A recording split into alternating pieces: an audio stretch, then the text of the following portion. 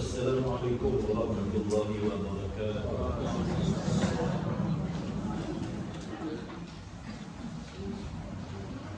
Allahumma salli ala sayyidina Muhammad. Surat berapa ini?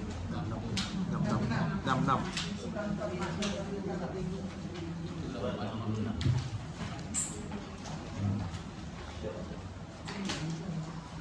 Sihat semua? Rohani jasmani sihat.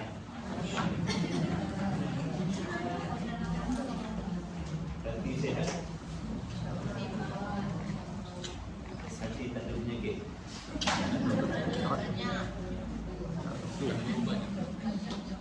Baik, buku surat 66.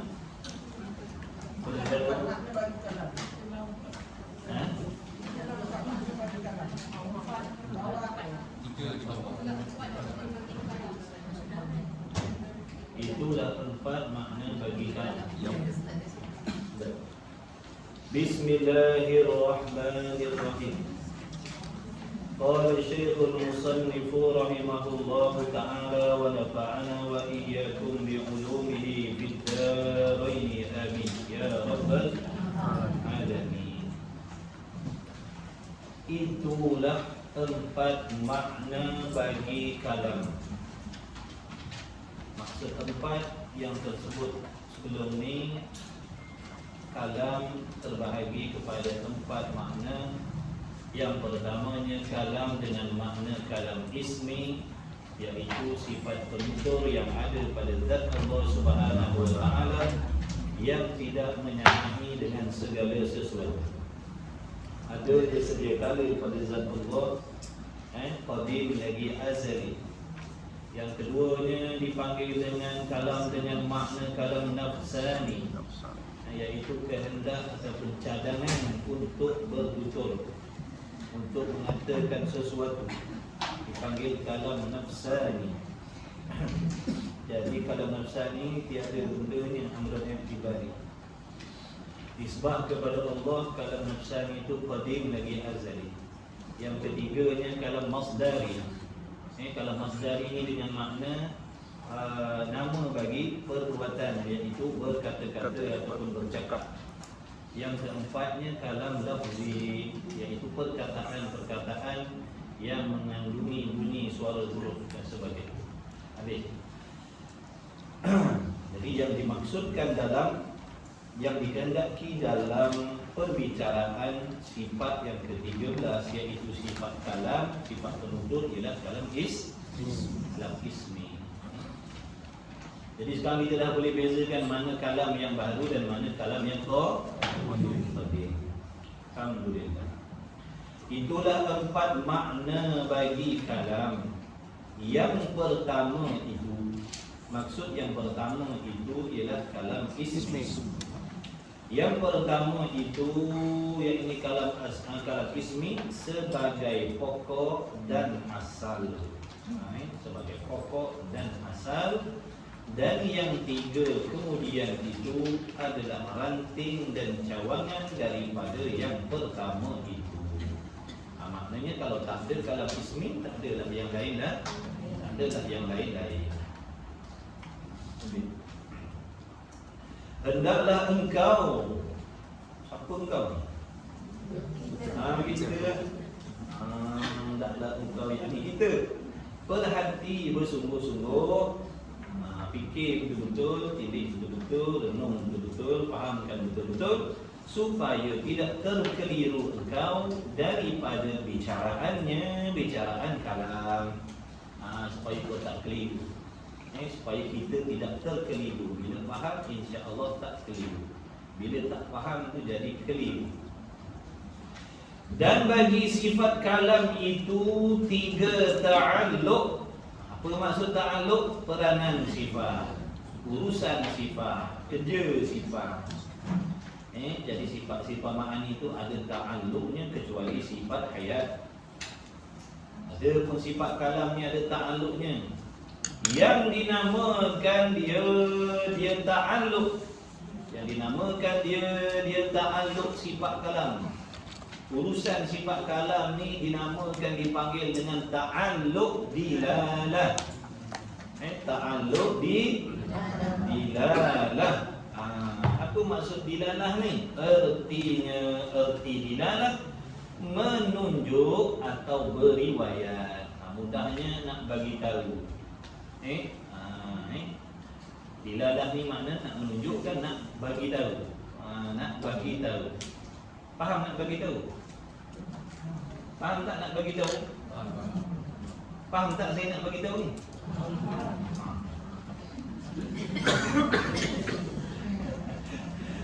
Dilalah tu makna menunjukkan.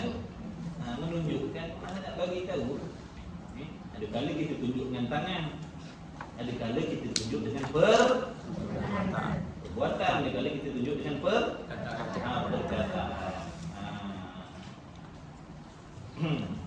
Jadi bagi tahu dengan perkataan tu dinamakan dilalah. Jadi takluk kalam ni, takluk dilalah, bagi tahu. Allah Ta'ala memaklumkan, Allah Ta'ala memberitahu dengan sifat kalam ni. Allah Ta'ala memberitahu dengan sifat kalam. Itu maksud dilalah. Dilalah ni menunjukkan, tapi bukan menunjukkan dengan tangan yang kaki tidak. Dengan sifat penutur dia tu, dia nak menunjukkan tentang sesuatu perkara yang wajib, perkara yang mustahil, dan juga perkara yang harus. Jadi dengan sifat penutur ni, Allah Ta'ala menunjukkan tentang perkara yang wajib. Perkara yang wajib, apa maksud wajib? Apa arti wajib? Apa arti wajib? Sesuatu yang mestian. Jadi Allah Ta'ala nak menunjukkan tentang sesuatu yang mesti ada. Sedia kala lagi. Bila sebut wajib, sedia kala lah. Kala yang mesti ada, sedia kala lagi, kekal ada, sentiasa dan selama-lamanya. Jadi bila sebut perkara yang wajib, ialah mana zat Allah dan juga segala sifat-sifat dia. Jadi dengan sifat kalam tu Allah Ta'ala menunjukkan, menerangkan, memberitahu tentang dirinya, tentang zatnya dan tentang sifat dia. Dan dengan sifat kalam itu juga Allah Ta'ala menunjukkan, dengan sifat kalam itu juga Allah Ta'ala menunjukkan tentang perkara yang mustahil. Allah menerangkan, Allah menyatakan tentang perkara yang mustahil. Lagi akan ada contoh dia, insya-Allah. Maksudnya dengan sifat kalam itu kita mengerti apa benda mustahil. Dengan sifat kalam itu kita boleh mengerti apa yang masuk dalam perkara yang wajib. Dan dengan sifat kalam itu juga Allah Ta'ala menunjukkan, menyatakan tentang sesuatu perkara yang harus. Ada kuih? Time meja ada kuih? Saya nak boleh tu. Ada yang tak dapat? Ustaz dapat je. Siap.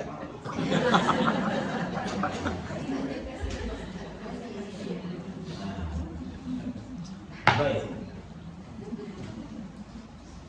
Dan sifat kalam itu tiga ta'aluk yang dinamakan dengan ta'aluk ilah. Ingat tu. Ta'aluk qudrat dipanggil apa? Qudrat ta'aluk apa?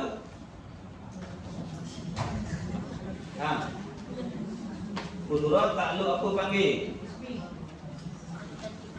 Ada nurutan ni dulu. Macam tu punya tu lah dia tak ingat. Ta'aluk qudrat dipanggil ta'aluk apa?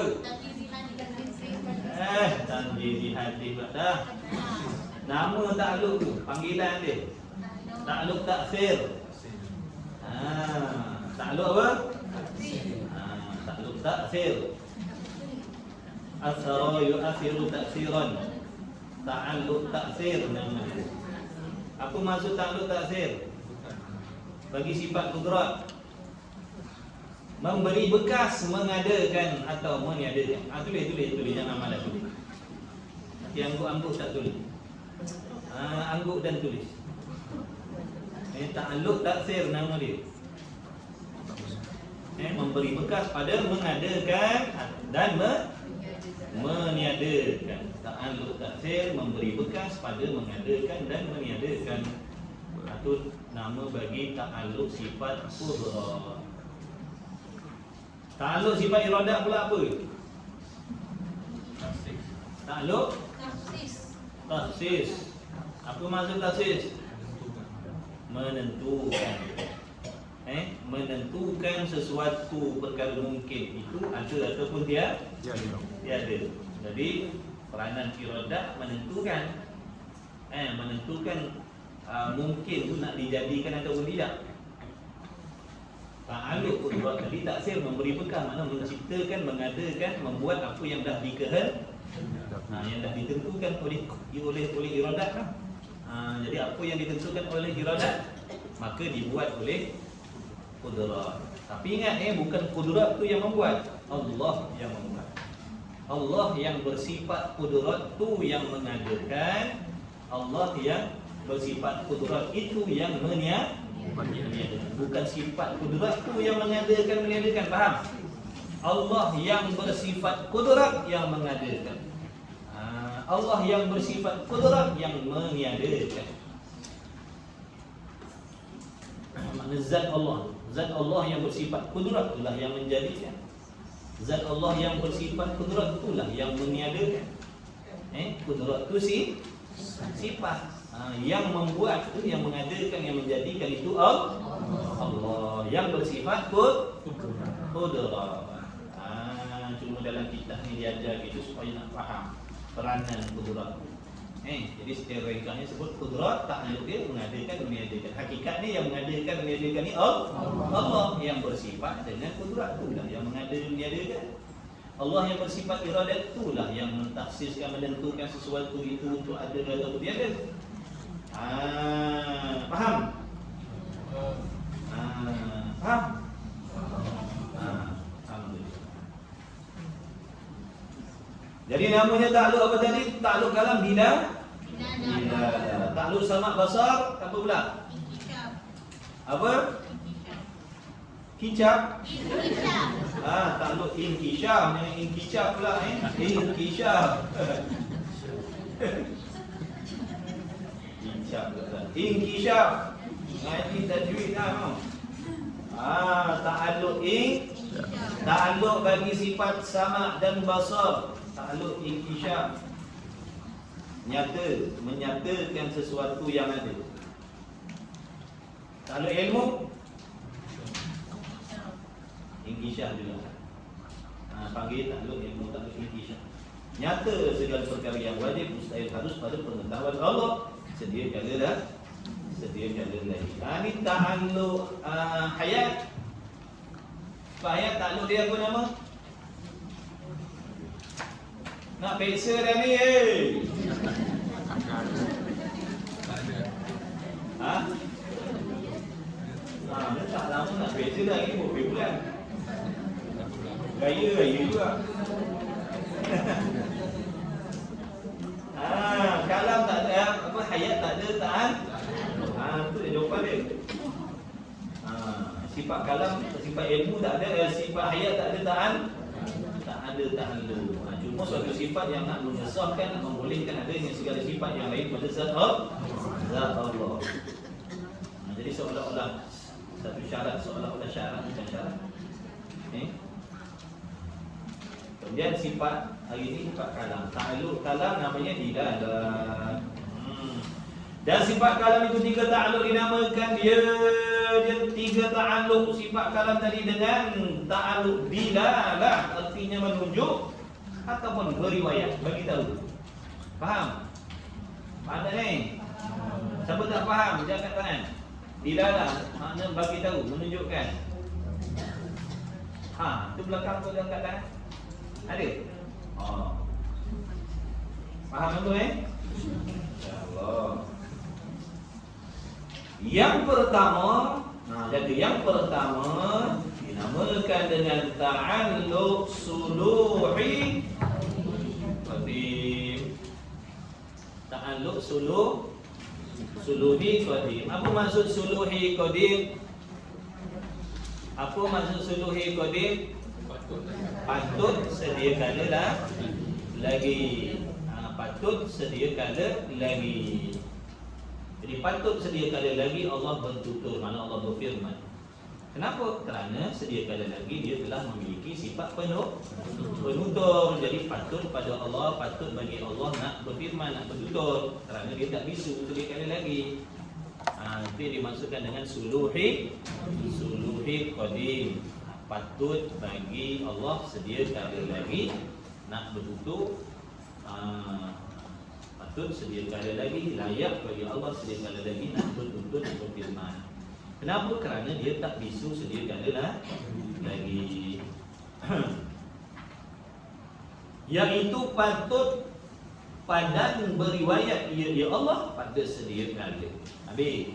Itu nama suluhi qadim. Yang kedua dinamakan dia dengan tanjizi qadim. Tanjizi qadim. Apa maksud tanjizi qadim? Telah berlaku sedia kala lagi, telah lulus sedia kala lagi, telah tertunai sedia kala lagi. Itu tanjizi maknanya telah tertunai, telah berlaku, telah terjadi. Itu makna tanjizi. Qadim sedia kan? Sedia kala. Jadi tanjizi qadim maknanya telah berlaku pada sedia kala lagi, telah tertunai pada sedia kala lagi.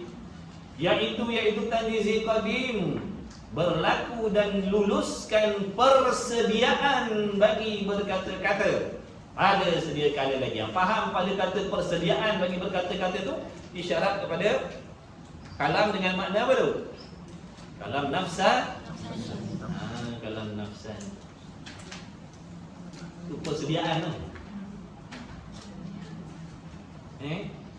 Iaitu berlaku dan luluskan persediaan. Maknanya kehendak Allah nak bertutur, kehendak Allah nak suruh, kehendak Allah nak larang, kehendak Allah Ta'ala nak menceritakan tentang perkara yang harus dan sebagainya. Itu dah ada dah pada zat Allah sedia kala lagi. Contohnya Allah nak suruh kita solat, nak suruh kita puasa, Allah nak melarang haram, nak mengharamkan judi, arak dan sebagainya. Allah Ta'ala nak menceritakan tentang para rasul, para umat yang dulu-dulu dan sebagainya telah ada pada kehendak Allah sedia kala lagi. Padahal makhluk belum makhluk belum ada lagi. Sebab apa Allah dah sedia nak bagi tahu semua tu? Kerana semuanya dah ada dalam ilmu Allah. Jadi jangan main-main. Jangan kata Allah menjurus sesuatu yang tak relevan. Tolong tolong boleh. Tolong jangan cakap macam tu. Orang yang cakap macam tu orang yang tak faham tentang ilmu Allah. Mereka menganggapkan Allah tu main suruh tanpa Allah tahu. Itulah bahaya. Pandai ilmu dunia tak belajar ilmu akhirat jadi macam tu. Waktu belajar ilmu dunia jangan tinggal ilmu akhirat. Kerana ilmu agama ni dah nak jaga ilmu dunia yang kita dah belajar tu. Kalau tak nanti kecerdikan kita tu dikawal, dikontrol oleh syaitan dan nafsu. Tapi kalau ada agama akan jaga. Agama tu akan jaga. Ilmu agama tu akan memantau, akan menjaga diri kita. Sebab tu nak kaya, nak miskin ke, nak apa ke, kena ada agama. Sebab agama tu jaga kita dalam segala hal. Pandai ke tak pandai ke, agama mesti kena ada. Kalau tak jadi rosak. Pandai pun rosak, tak pandai pun jadi rosak kalau tak ada agama. Bahaya kalau pandai tak ada agama, jadi macam tu. Orang yang bijak tak pandai agama dia lagi jahat daripada orang yang tak bijak. Orang tak bijak ni jahat, dia jahat dan juga, tapi tak sehebat jahat orang yang pandai. Sebab orang pandai ni jahat kira macam orang pandai ni dia punya jahat kira macam kalau tak ada agama. Yang tak ada agama. Tengok orang Yahudi ni, bijak-bijak orang Yahudi ni, bukan orang bodoh-bodoh. Banyak profesor dia orang, doktor dia orang, tapi dah tak ada agama. Jadi kita yang orang Islam ni pun sama lah. Kalau sekadar pandai, bijak tapi tak ada agama, habis. Nanti pemikirannya sama macam orang bukan Islam. Jadi agama Islam itulah yang nak jaga akal fikiran kita. Jaga agama, nak jaga diri kita. Jadi agama. Kalau akal kita tak dijaga oleh tidak ada ilmu agama, nanti tak ada yang nak jaga, tak ada yang nak pantau. Nanti kita fikir macam cara orang yang tidak ada agama, bercakap macam orang yang tak ada agama. Na'udzubillah. Jadi jangan pisahkan agama daripada hidup kita. Belajar. Belajar kerana Allah. Mudah-mudahan asbab adanya ilmu agama itu kita terselamat. Jadi tanjizil qadim, iaitu berlaku dan luluskan persediaan bagi berkata-kata pada sedia kala. Yang ketiga dipanggil tanjizi hadis. Apa maksud tanjizi hadis?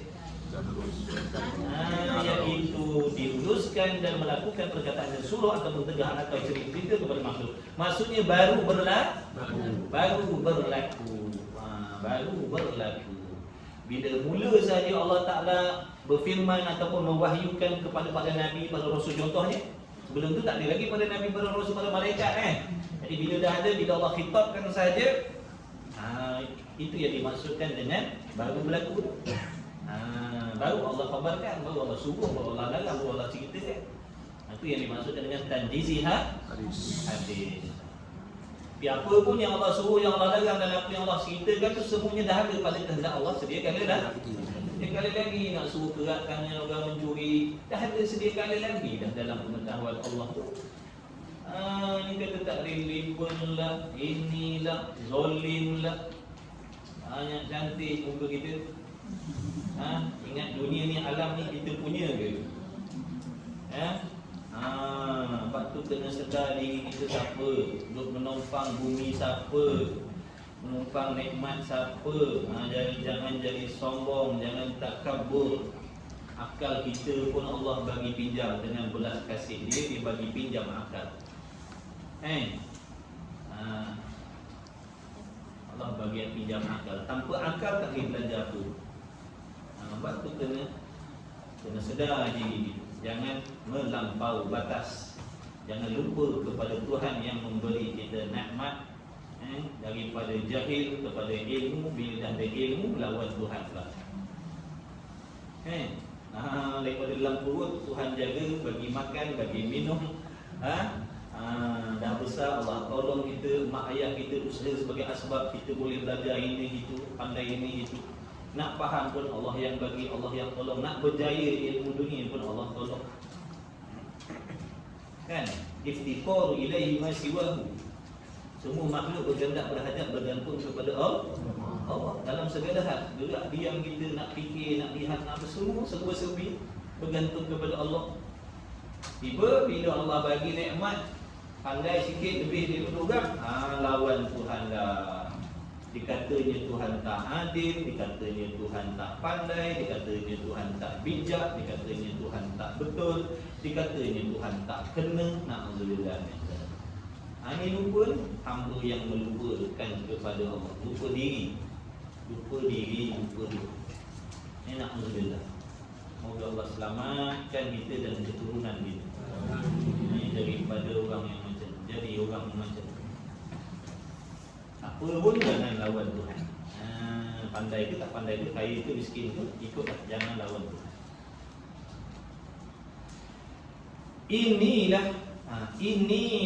Inilah yang telah tersebut, iaitu ta'alluq suluhi qadim, kemudian tanjizi qadim dan tanjizi hadis. Itu maksud 3 ta'alluq bagi sifat kalam. Dan dalil makna bukti yang menunjukkan atas ada sifat kalam pada Allah Ta'ala itu. Mana dalilnya? Di atas pegangan kita. Kita percaya yakin Allah ada sifat penutur, Allah yang maha bertutur, berfirman. Mesti kita kena tahu buktinya, mesti kita kena tahu dalilnya. Dan dalil atas ada sifat kalam, sifat penutur pada Allah, yakni pada zat Allah itu, dalilnya ialah kita fikir. Maknanya dalil akli, fikir dengan akal yang waras, tilik, dan tilik kepada makhluk ini. Jikalau tidak ada sifat kalam pada Allah Ta'ala, kalau dah jadi akal kita yang waras ni fikir, kalau dah tidak ada sifat penutur pada Allah Ta'ala, maka jawabnya nescaya adalah ia, yakni Allah itu bersifat bisu. Betul ke tidak akal kita fikir macam tu? Betul ke tidak akal kita fikir macam tu? Jangan kata tak pula. Betul lah tu. Tak faham. Akal kita fikir kalau Allah tidak bersifat dengan penutur, jawabnya bisu. Betul tak kita fikir macam tu? Betul lah. Bisu Tuhan tu tak betul. Fikir tu tadi betul. Inilah guna dalil akli ni. Suruh timbang dengan akal tu yang waras tu. Jadi akal yang waras fikir macam tu. Kalau nak kata Tuhan tak ada sifat kalam, dah tentulah dia bisu. Boleh ke terima akal kita bisu Tuhan? Tak boleh.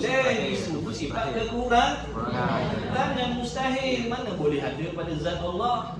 Allah tu sempurna, maha suci zatnya dari sebarang sifat kekurangan. Jadi situ pun dah dapat dalil dah. Nak mengatakan Tuhan tak ada sifat kalam tu mustahil, kerana membawa kepada bisu pula pada Tuhan. Jadi akal tak boleh terima. Apa jadi pula? Kalau Tuhan tu bersifat bisu, apa jadi pula? Heret lagi. Dipanjangkan lagi dalil akli tu, dia suruh faham betul. Jadi jikalau tidak ada sifat kalam pada Allah Ta'ala, nescaya adalah ia Allah tu bersifat bisu. Akal kita tak boleh terima Tuhan bisu. Akal yang tak waras dia boleh kata Tuhan bisu. Dan jika ada ia Allah tu bersifat bisu, apa pula jadi? Kalaulah ada sifat bisu pada Allah tu, apa jadi? Nescaya adalah pada Allah Ta'ala itu satu penyakit yang menjadi kekurangan atas zat Allah Ta'ala. Betul tak? Betul tak akal fikirnya tu? Dah tu betul ke ada kekurangan pada Allah? Mustahil. Dan yaitu ada kekurangan pada Allah Ta'ala, itu mustahil. Akal tak boleh terima sekali-kali. Jadi sifat bisu pada Allah tu perkara yang mustahil. Mana perkara yang tak boleh diterima pada akal adanya sekali-kali pada Allah. Selama-lamanya tak boleh terima ada sifat bisu pada Allah. Ada sifat bisu pada Allah. Sifat bisu pada kita makhluk apa hukumnya? Wajib, mustahil, harus? Harus. Bisu kita harus. Bisu Allah mustahil. Mesti tidak sekali-kali. Tak diterima pada akal. Kenapa pula mustahil? Kenapa pula ada kekurangan, ada bisu pada Allah itu dikatakan mustahil hukumnya? Kerana ni jawab mustahil itu. Kerana membawa kepada lemah. Maka apabila ia Allah bersifat lemah, nescaya tidak adalah sesuatu daripada makhluk ini. Dah kalau Tuhan tu lemah, lagi pula bila Tuhan tu bersifat bisu, dia berhajat tak kepada yang menyempurnakan? Bila Allah tu berhajat kepada yang lain untuk menyempurnakan, dengan sendiri ternafilah istighna Allah Ta'ala. Apa maksud istighna? Terkaya Allah. Apa maksud terkaya? Tidak berkehendak dan tidak berhajat kepada yang lain. Tapi kalau seandainya dikatakan Tuhan tu pekak, Tuhan tu bisu, duduk dalam kekurangan, akal kita fikir setiap yang duduk dalam kekurangan sudah tentu berhajat kepada yang lain untuk menyempurnakan, betul? Jadi bila ada hajat kepada yang lain tu, dengan sendiri ternafilah istighna. Sebab maksud istighna terkaya. Terkaya apa maksud? Tidak berkehendak dan tidak berhajat kepada yang lain. Jadi sifat kalam ni di antara sifat yang nak menunjukkan Allah Ta'ala itu bersifat dengan kaya. Kerana kalau dia bisu, membawa kepada dia ada kekurangan, dan membawa kepada dia berkehendak berhajat kepada yang lain untuk menyempurnakan kekurangan yang ada pada zat dia. Dengan sendiri menafikan makna apa tadi? Istighna. Bila dah menafikan makna istighna, tak boleh nak dipanggil tu, tak boleh panggil Tuhan. Tak ada sifat istighna, tak boleh panggil Tuhan, sebab istighna ni sifat Tuhan. Jadi faham betul-betul maksud kaya Allah ni, maksudnya tidak berkehendak dan tidak berhajat kepada yang lain. Lagi pula kalau Tuhan bersifat lemah. Kalau Tuhan itu bersifat lemah, bagaimana makhluk nak berhajat kepada dia? Iftiqaru ilaihi ma siwahu. Bagaimana selain makhluk nak berhajat kepada dia kalau dia bersifat lemah? Kita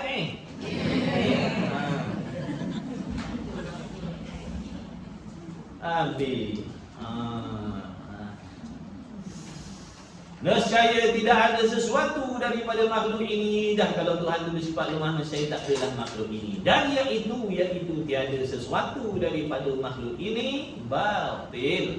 Apa maksud batil?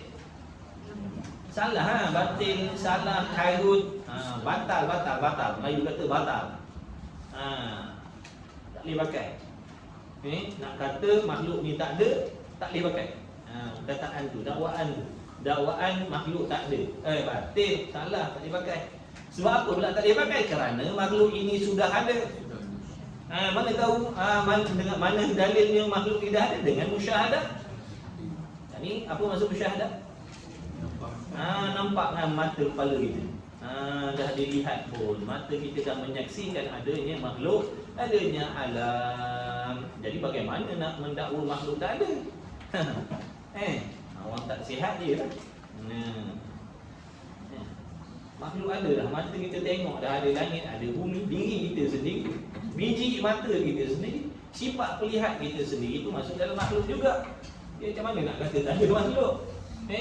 Jadi tak ada makhluk itu batil, salah, kerana makhluk ni sudah ada dengan musyahadah.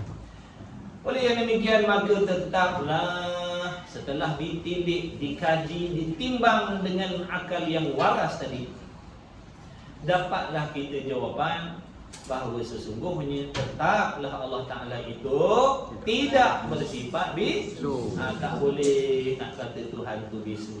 Tak boleh. Sebab tadi dah fikir dah timbang-timbang dah tadi dengan akal. Jikalau tadi semuanya, akhirnya dapat jawapan Mustahil, manakah tak boleh terima. Kalau begitu, tetaplah Tuhan itu tidak bisu. Tetaplah Tuhan itu tidak bisu.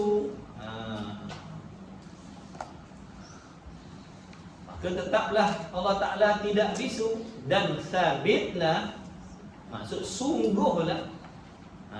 Sabitlah makna sungguhlah ada sifat kalam, yakni sifat penutur padanya, yakni pada zat Allah. Pada zat Allah. Allah Maha Kaya. Ingat, Maha Kaya Allah tu dengan makna apa?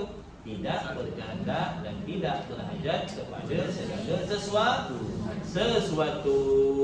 Jadi kaya Allah tu sedia kala dah dan kekal kaya Allah selama-lamanya. Jangan kita faham kaya Allah dengan dikaitkan adanya langit dan bumi. Sebelum ada langit bumi pun Allah dah bersifat kaya. Jangan kita faham kaya Allah sebab ada langit bumi. Kenapa tak boleh faham macam tu? Kalau faham macam tu nanti membawa kepada sedia kala lagi Tuhan tak kaya. Sebab belum ada langit bumi. Belum ada langit bumi tak bolehlah panggil kaya.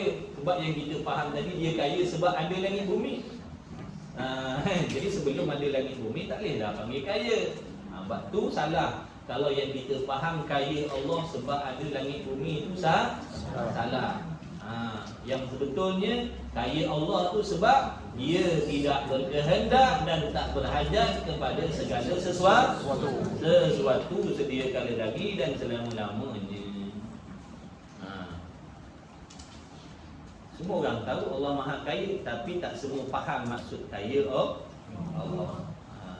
Kita pun tak faham juga sebelum belajar, betul?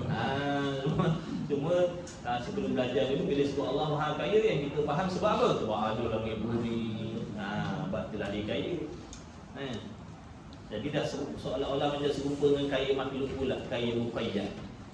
Bila ada harta baru panggil kaya. Tak ada harta tak panggil kaya. Jadi kaya Allah bukan kaya muqayyad, kaya hakiki. Dia tidak berkehendak dan tak berhajat. Ada makhluk ke tak ada makhluk ke, dia tetap bersifat kaya. Kita makhluk tak ada harta tak dipanggil kaya, ada harta panggil kaya. Allah ada langit bumi tak ada langit bumi, ada syurga ada neraka tak ada syurga tak ada neraka, dia tetap bersifat kaya. Maksudnya dia tetap bersifat tidak berkehendak dan tidak berhajat kepada segala sesuatu. Boleh tanya? Tadi Ustaz cakap takluk dan Tanjizi Qadim, dia dipanggil kalam nafsani. Jadi kalau takluk Suluhi Qadim dengan Tanjizi Hadis, dia dikira kalam apa? Macam mana? Kalau yang kedua tadi takluk Tanjizi Qadim tu, tu Ustaz kata dia dipanggil kalam nafsani. Kalam nafsani sebab tu persediaan bagi berkata. Okey, kalau takluk Suluhi Qadim, dia dipanggil apa? Takluk ismi ke bukan? Bukan takluk ismi. Bukan takluk ismi. Bukan, tak, dia panggil kalam ismi. Kalam ismi itu makna sifat penutur yang ada pada Allah. Sifat penutur yang ada pada Allah itu panggil kalam ismi. Ada pun persediaan bagi berkata tu, kehendak Allah nak menyuruh melanggar, itu dipanggil kalam nafsani. Faham?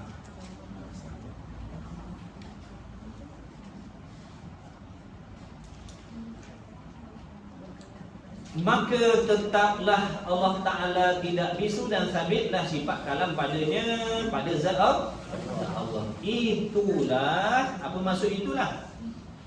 Itulah tadi pegangan dan kepercayaan dalam hati kita, iaitu Allah Ta'ala memiliki sifat penutur, wajib bersifat dengan penutur, sedia kala lagi Allah tak bisu.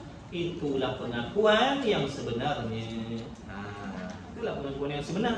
Mana dalam hati seseorang, dalam hati kita mengiktikadkan Allah wajib bersifat dengan kalam sedia kala lagi dan kekal adanya sifat kalam pada Allah selama-lamanya dan tak bisu. Jadi itulah yang dimaksudkan dengan pengakuan yang sebenar. Adapun kalau orang tu dia beriktikad Allah Ta'ala bisu, maka pengakuannya tidak sebenar. Itulah pengakuan yang sebenar yang muafakat. Ia pengakuan. Pengakuan kita tadi, Allah Ta'ala tidak bisu, ada sifat penutup pada Allah. Jadi muafakat ia dengan pengakuan Tuhan. Jadi apa yang kita aku dalam hati sama muafakat dengan apa yang Allah akui di dalam Al-Quran. Seperti firman-Nya Allah, wa in ahadun minal musyrikina istajarak fa'ajirhu hatta yasma'a kalam Allah thumma ablighu ma'madah. Artinya, arti firman Allah, dan jika seseorang daripada musyrikin. Apa maksud musyrikin? Musyrikin tu apa? Orang musyrikin ni dia percaya tak Allah? Percaya. Dia percaya Allah, dia bukan tak percaya Allah. Dalam masa yang sama dia percaya yang selain Allah. Itu panggil musyrik, menyengutukan. Allah pun dia percaya, berhala pun dia percaya juga. Allah dia percaya, Allah ada kuasa, Allah boleh memberi berkat. Berhala pun dia percaya juga. Berhala ni pun ada kuasa juga, boleh menghidupkan, boleh mematikan, boleh memberi rezeki. Jadi kita ni kalau tak tahu, kalau tak faham, silap-silap masuk dalam musyrikin. Allah pun percaya, selain Allah pun percaya. Percaya hantu setan boleh datangkan mudarat. Percaya duit ringgit boleh memberikan kebahagiaan. Musyrik menyengutukan Allah.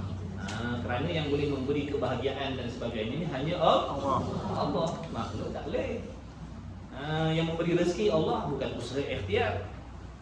Kalau orang tu percaya usaha ikhtiar memberi rezeki, dia musyrikin. Dia masuk dalam kafir musyrik. Jaga-jaga. Hati-hati. Dia kata usaha ikhtiar tu asbab saja, tak boleh memberi bekas. Yang membakar itu Allah, bukan kuasa tenaga yang ada pada api. Yang menyembuhkan itu Allah, bukan tenaga ataupun kuasa yang ada pada ubat-ubatan. Jadi barang siapa yang beriktikad kekuatan ataupun sesuatu yang ada pada diri ubat itulah yang menyembuhkan, memberi kesembuhan, bukan Allah, maka dia jadi kafir musyrik. Alhamdulillah. Murtadlah kafir musyrik ni. Jadi hati-hati jaga akidah. Jangan dijadikan hukum adat itu sebagai i'tiqad. Hukum adat sekadar adat, bukan i'tiqad. Yang kata nak ada belanja, nak senang kena usaha, nak pandai kena belajar, nak kenyang kena makan, itu hukum adat. Sebab tu dalam kitab ni awal-awal lagi dia dah ajar kita apa ya perbezaan hukum syarak, hukum adat, hukum akal dan sebagainya. Sebab ada orang yang beriktikad adat tu dijadikan iktikad. Sehingga dia beriktikad Allah Ta'ala tak boleh memberi kekayaan dengan kecuali dengan kita berusaha. Makna di situ menunjukkan Allah berhajat kepada usaha untuk memberi kekayaan. Ada wasitah pula, ada perantaraan pula. Dalam Allah nak memberi sesuatu ada wasitah ataupun ada wasail, ada perantaraan. Allah boleh bagi kaya tapi dengan syarat kena usaha. Tak usaha Allah tak boleh bagi kaya. Ini musyrik. Na'udzubillah. Allah tak berhajat pun pada usaha nak memberi kita rezeki. Allah tak berhajat pun pada kita usaha belajar nak bagi ilmu. Yang kata usaha makan ubat dan sebagainya itu orang panggil hukum sebab, hukum asbab. Faham? Ya. Usaha ikhtiar tu hukum adat, hukum asbab. Bukan i'tiqad. Dalam hati tetap yang menjadikan memberi sesuatu Allah, yang lain tak ada kuasa. Tapi kalau tak belajar, apa yang dicakap itulah yang diiktikadkan. Orang yang belajar lain, dia dah belajar, dia dah tahu, dia dah faham. Ini hukum bercakap, bukan i'tikad. Dia bercakap dah sihat dah makan ubat, tapi dalam hati i'tikad Allah yang memberi sihat, bukan ubat. Tapi orang jahil, orang jahil kata dah sihat makan ubat, memang dalam hati dia pun i'tikad ubat yang menyihatkan dia. Jadi dia tak dijaga oleh ilmu tadi. Maka ilmu ni nak jaga kita. Harta kita kena jaga. Faham? Dalam puluh tahun cari dia. Cari tak dapat, cari tak dapat. Dah dapat, jaga dia pula. Betul? Habis umur cari duit, cari harta, kumpul banyak-banyak. Bila dah ada, kita jaga dia pula. Dah lah hari tu heboh cari dia, sampai tak semayang, tak peduli belajar fardu ain. Betul ke tidak? Betul. Lepas tu bila dah ada, kita jaga dia pula dah. Dah lah heboh cari, heboh jaga. Kita jadi khadam dia pula. Takut pula habis Nak pergi masjid, fikir banyak kali. Nampak tak hinanya kelakuan orang yang mencari dunia itu semata-mata tanpa tujuan ibadat. Dia pun dengan tujuan ibadat lain. Orang yang cari harta dengan tujuan nak beribadat, dia akan memerintahkan harta dia. Tapi orang yang mencari harta tujuan nak berseronok, bermewah kerana hawa nafsu, dia akan menjadi hamba kepada harta yang dia cari sendiri. Lepas tu mati, hilang sekelip mata. Sekelip mata dia hilang. Juta-juta tu sekelip mata hilang. Kereta mewah hilang. orang yang kaya. Hilang sekelip mata. Nak cari, nak himpun, bukan main lagi. Jadi kita fikir betul. Dalam kitab Ta'limul Aulad tu duk sebut benda tu. InsyaAllah nanti kita baca kitab tu. Sedap kitab tu. Kitab tu nipis je, tapi dalamnya padu. Sangat-sangat menyentuh hati kita. Katakan teguran dalam tu nak menceritakan tentang kelakuan makhluk Allah atas dunia. Nak menyebutkan kelakuan manusia atas dunia. Ada macam-macam kelakuan dia ceritakan dalam kitab tu. Jadi mana kelakuan yang sebenar yang sepatutnya kita ada, dan mana kelakuan yang tak sepatutnya ada pada diri kita. Contohnya itulah tadi dia sebut. Daripada muda sampai tua heboh cari harta banyak-banyak sampai tak peduli agama, tak peduli halal haram. Yang wajib ditinggalkan, yang wajib dikemudiankan kerana nak menghimpun harta, nak kejar, nak bersaing, nak berlumba, sampai mati datang ajal hilang sekelip mata. Padahal dah berpuluh tahun kita habiskan masa nak mencari dunia tadi itu yang lebih daripada qadar hajat nak ibadat tadi. Semata-mata nak seronok-seronok himpun, seronok-seronok nak senang, seronok-seronok nak mewah. Bila mati sekelip mata hilang semuanya yang kita usahakan berpuluh-puluh tahun. Akhirnya dalam kubur bila ditanya oleh malaikat, satu pun tak boleh jawab. Anak bini seronok kita tinggal duit banyak. Lagi satu yang seronok siapa? Laki bini kita.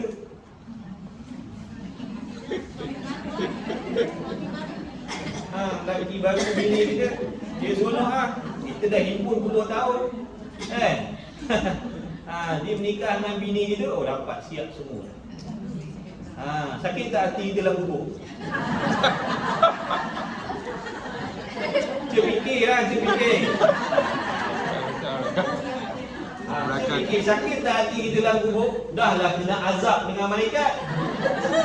Bini kita seronok kan untuk laki baru dia dengan harta benda yang kita dah siapkan, pakaian dalam plastik kita beli dia yang pakai.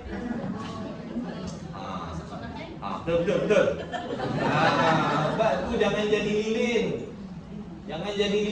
Nak bagi tegang orang lain, kita kena bakar lah. Sungguh ulama duk kata lagu tu, bukan saya kata. Tapi memang betul lah, kita sibuk-sibuk, penat lelah, habis umur, sampai tak peduli agama, tak ada masa nak pergi belajar ilmu agama, nak kejar benda dunia ni. Lepas tu datang mati sekelip mata yang kita himpunkan dengan susah payah penat lelah tadi, habis sekelip mata. Dalam kubur bila malaikat tanya semuanya gagal, tak boleh jawab. Sebab atas dunia dulu kita beribadat dengan cara main suka-suka, main gasa-gasa tanpa panduan ilmu, main agak-agak, akhirnya amalan kita tak diterima oleh Allah. Anak bini kita duduk senang atas dunia, seronok dengan harta benda yang kita tinggal. Itu yang kata habis-habis bodoh, katanya Muslimin. Orang yang buat macam tu habis-habis bodoh. Tak ada bodoh dah lebih daripada tu. Bodoh, paling bodoh sekali macam tu. Sungguh dalam kitab tu dia sebut macam tu. Memang betul kita kena iakan lah. Kalau tak nak iakan maknanya kita ada ego, sombong. Padahal benda yang disebut tu betul. Jadi kita fikir. Tak peduli halal haram, nak kumpul harta, nak berlumba, nak bersaing punya pasal dalam kubur. Bila tanya tentang solat, tentang iman, tentang apa, semua tak boleh jawab. Yang dah tinggal memang seronok. Dah ada harta benda. Pun dia menangis pun waktu kita mati menangis olok-olok je. Sungguh-sungguh. Cuma masa tu saudara ramai datang. Waktu hidup nak cium tangan kita pun susah. Bila dah mati buat lolok, cium sini, cium sana, melalak sini, melalak sana. Pergi dah. Tak buat jangan terasa. Yang dah buat baguslah. Yang tak buat waktu mati itulah konon-konon dia lah yang paling sayang sekali. Waktu hidup minta maaf lah. Dengan mak bapak pun macam tu. Jijik nak cium tangan mak bapak. Bila dah mati konon-konon cium peluk mak, peluk ini, peluk tu. Konon-konon sayang. Dah. Bohong. Tu semua lakonan. Jadi jangan jadi anak yang macam tu. Waktu dia hidup, dia nak peluk, nak cium, baru kita dapat tengok riak wajah dia. Seronok tengok anak buat macam tu pada dia. Bila dah mati kaku sejuk macam tu nak cium baru. Tak ada apa dah. Na'udzubillah min dzalik. Jadi kita perbaiki, nanti cerita pasal tadi tu lah. Jadi hati-hati, waspada. Cari harta, carilah. Jangan sampai terlupa kita punya perjalanan akhirat. Yang nak jawabnya kita, bukan orang lain. Yang nak jawab, yang nak harungi alam barzakh tu kita seorang. Kalau boleh ajak anak bini pun dia tak nak ikut. Kalau ada kata boleh ajak lah, dia pun tak nak. Kau matilah seorang. Sebab kalam pembahasan tentang takluk sifat kalam ni. Sifat kalam ni bertakluk dengan takluk dilalah kan. Maknanya setiap sifat dia punya pembahasan huraian tu, maknanya setiap sifat lain tu dia ada, mana saya nak tahu sifat kalam ni macam mana dia punya perincian dia. Takluk sifat kalam tu macam mana? Contoh dikatakan takluk sifat kalam tentang perkara yang wajib. Dilalah makna menunjukkan tentang perkara yang wajib. Mana contohnya? Contohnya Allah Ta'ala berfirman, Anallah. Dalam Quran Allah firman, Anallah, aku Allah. Jadi aku Allah ni nak menyatakan tentang perkara wajib ke mustahil ke harus? Dia tu Tuhan, dia tu Allah, wajib ke mustahil ke harus? Dia nak bagi tahu tentang apa tu? Perkara wajib lah. Itu maksudnya dilalah makna nak menunjukkan tentang perkara yang wajib. Anallah, la ilaha illallah, tiada Tuhan melainkan Allah. Mana tiada Tuhan melainkan Allah ni wajib ke mustahil ke harus? Itu contoh nak memberitahu tentang perkara wajib. Itu dilalah ni, mana nak menunjukkan dengan kalam tu tadi Allah menunjukkan tentang perkara wajib. Kemudian Allah Ta'ala menunjukkan pula tentang perkara yang mustahil. Contohnya seperti mana yang orang Yahudi Nasrani kata, Allah Ta'ala tu yang ketiga daripada tiga. Salisu salat. Allah Ta'ala tu yang ketiga daripada tiga. Itu perkara mustahil. Itu contoh Allah menyatakan tentang perkara yang mustahil, seperti yang didakwakan oleh orang Yahudi Nasrani itu. Dan yang harus, Allahul ladzi khalaqas samawati wal ardh. Allah Ta'ala berfirman, dia yang menjadikan langit dan bumi. Jadi penciptaan langit bumi ni wajib ke mustahil ke harus? Itu maksudnya takluk dilalah tadi menunjukkan tentang perkara yang wajib, menunjukkan tentang perkara yang mustahil, dan menunjukkan tentang perkara yang harus. Boleh? Sifat kalam tu nak menunjukkan dia tu qadim kan. Dia bersifat dengan qadim. Maknanya kalau contoh Ustaz bagi Quran, kalau Ustaz kata apa contoh lain, misal Allah berkata-kata dengan Nabi Musa tu, mesti nak dikira Allah Ta'ala berkata-kata dengan Nabi Allah Musa tu masuk dalam perkara harus. perkara harus. Allah Ta'ala berkata-kata dengan Nabi Allah Musa tu perkara harus, bukan perkara wajib. Allah nak mengkhabarkan tentang perkara yang harus. Mana? Dia berfirman dengan Nabi Allah Musa. Bila Allah Ta'ala kata aku Tuhan, tak ada yang lain, itu nak menunjukkan tentang perkara wajib. Begitu. Namanya takluk dilalah. Nak bagi tahu. Makna dengan Allah firman tu kita tahu, kita maklum tentang perkara wajib dan mustahil dan harus. Makna kalau Allah Ta'ala tak firman, begitu kita tak tahu. Kita tak boleh tahu apa benda wajib, apa benda mustahil dan apa benda yang harus. Jadi bila Allah Ta'ala berfirman, Anallah, katanya, aku ni Tuhan, aku ni Allah. Apa maksud? Itu nak bagi tahu tentang perkara wajib kan? Allah Tuhan itu wajib. Maknanya Al-Quran tu boleh katakan takluk dilalah keseluruhan ayat-ayat Quran. Takluk dilalah lah. Makna Quran mana? Quran yang mana satu? Dalam Al-Quran ada 4 maksud tu. Yang mana satu? Yang kita dah belajar tu. Kalam ada 4 maksud. Kalau lafzi. Kalam lafzi. Kalam lafzi yang kita baca tu, ayat-ayat yang kita baca tu. Ayat-ayat yang kita baca tu, yang kita bacakan tu, yang kita suarakan tu dipanggil kalam lafzi ataupun kalam masdar. Jadi nak menunjukkan tentang apa yang bersangkut paut dengan perkara yang wajib, yang mustahil, yang yang harus. Adapun sifat kalam pada zat Allah tu qadim, bukan harus.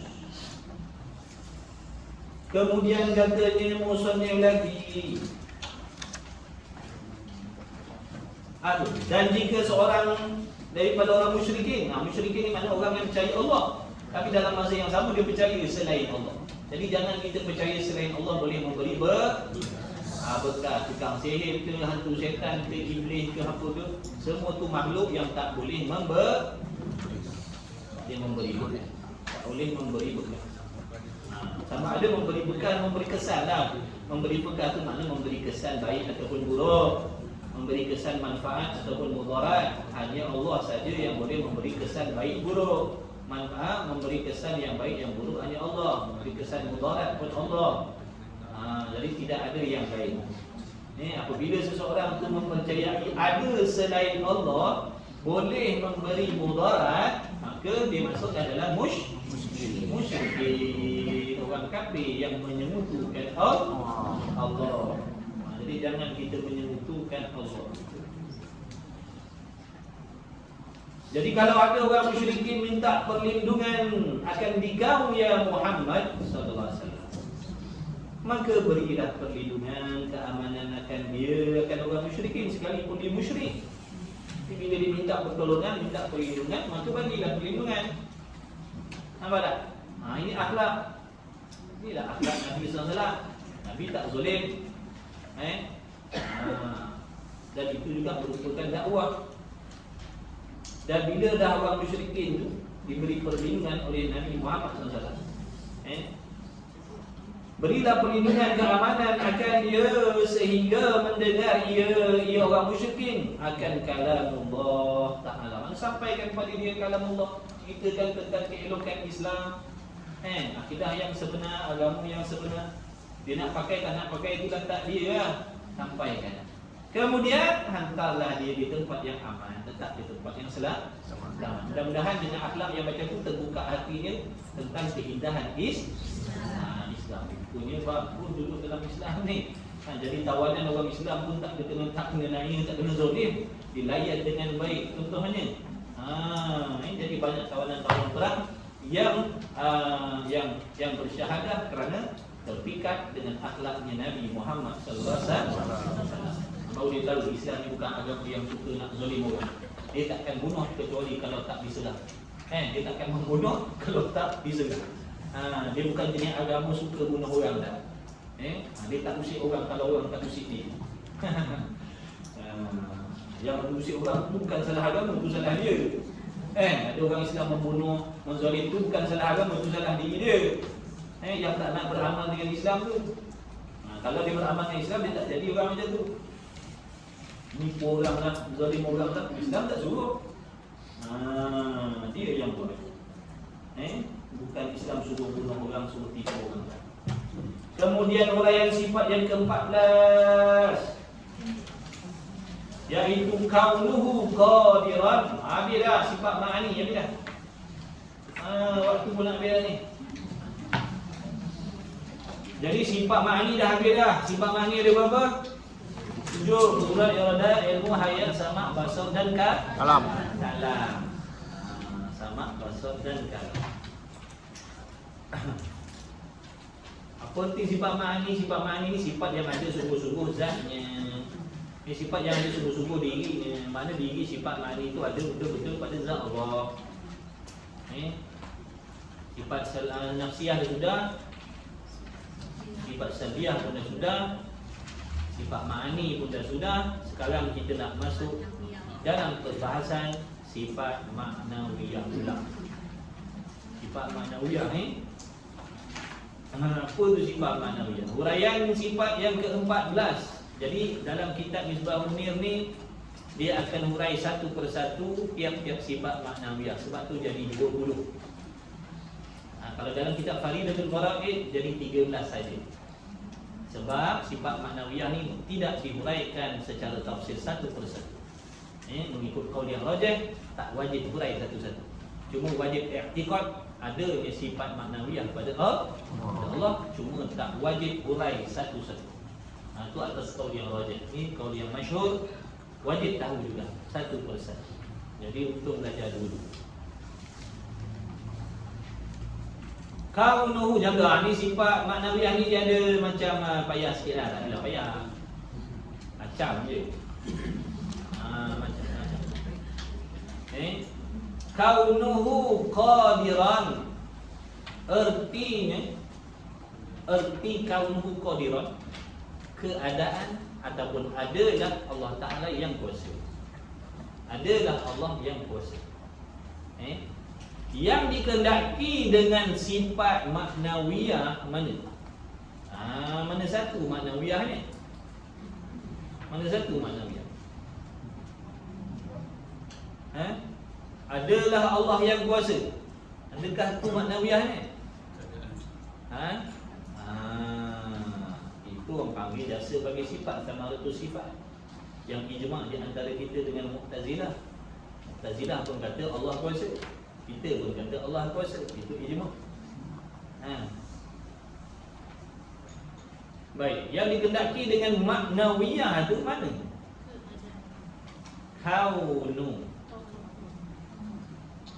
Kaunu, perkataan kaunu itu yang nak dibahaskan sekarang. Bukan sepanjang-panjang tu. Qauluhu ta'ala qadiran, bukan. Kaunu tu saja. Kaunu. Ini dalam bahasa kita Rumi tak nampak tulis Jawi tu. Kalau tulis Jawi tu kaunu, kawaunun tu, kaunu tu. Betul?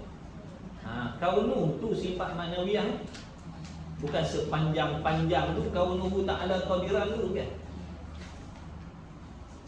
Kaunu tu sifat maknawiyah tu kaunu. Baik, kita baca dulu. Nanti kan kita cuba terangkan.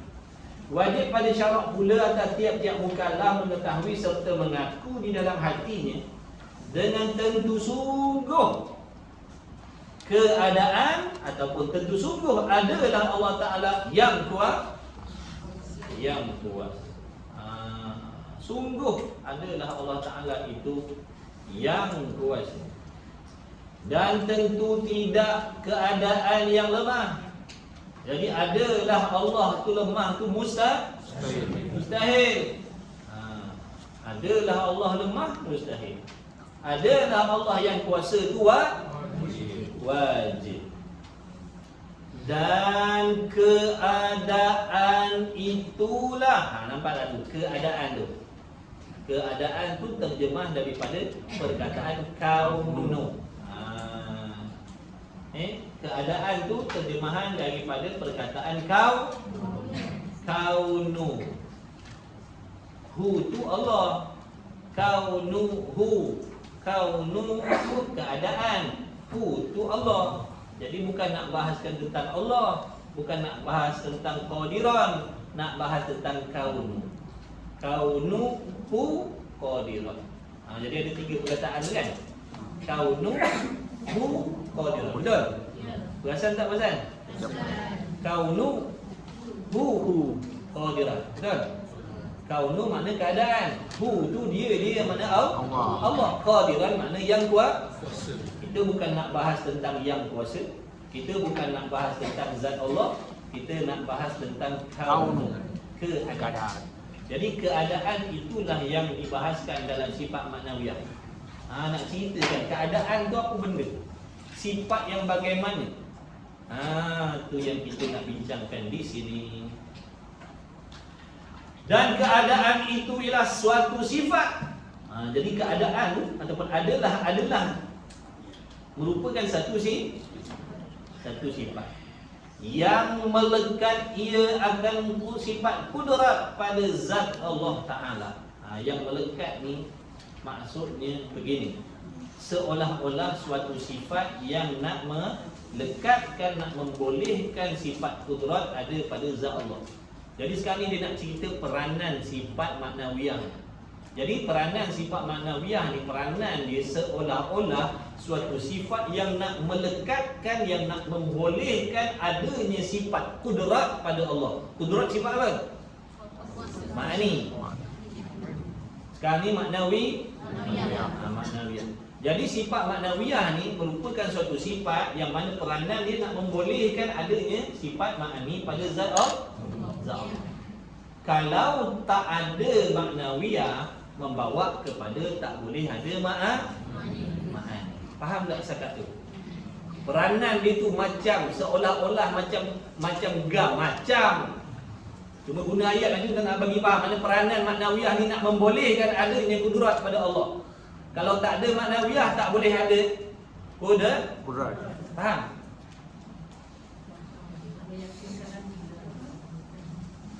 Kalau tak ada maknawiyah, sifat kudrat tak boleh ada pada zat Allah. Jadi peranan maknawiyah ni, peranan dia macam suatu sifat yang nak melekatkan, nak membolehkan duduknya, adanya sifat kudrat pada Allah. Tahu tak gam? Tahu peranan gam? Apa gam punya peranan? Tapi jangan tuan-tuan ingat gam pula ni sifat maknawiyah ni. Nak bagi faham, dah nak cerita macam mana lagi? Gunakan perkataan tu nak menunjukkan supaya tuan-tuan faham peranan dia, nak membolehkan adanya sifat kudrat pada Allah. Kalau tak ada maknawiyah, tak ada kudrat ataupun tak ada ma'ani. Setakat tu faham? Ya. Gam kan, tak tahu gam. Apa tahu? Peranan dia tu. Peranan dia tu macam, jangan tuan-tuan iktikad sifat maknawiyah ni gam pula. Cuma nak bagi faham, nak mendekatkan faham. Jadi peranan maknawiyah ni yang namanya keadaan tadi tu. Keadaan tu adalah suatu sifat yang nak membolehkan adanya sifat kudrat pada Allah. Sebab sekarang ni kita sedang cerita kaunuhu ta'ala qadiran. Jadi kita sebut kudrat. Kita tak nak sebut lagi iradat. Sebab sekarang ni kaunuhu qadiran, keadaan Allah yang kuat. Bukan nak sebut keadaan Allah yang menghendaki, itu belum lagi. Ni keadaan Allah yang kuasa. Jadi kita nak bincangkan sini keadaan. Keadaan ni adalah satu sifat yang nak membolehkan adanya kuasa kepada Allah, sifat kudrat kepada Allah. Boleh? Ada yang terdengar kelip pun tidak, kelip pun tidak. Ustaz, kalau sifat kudrat tu saja, siapa sudah pun menunjukkan Allah berkuasa? Kenapa ada yang dia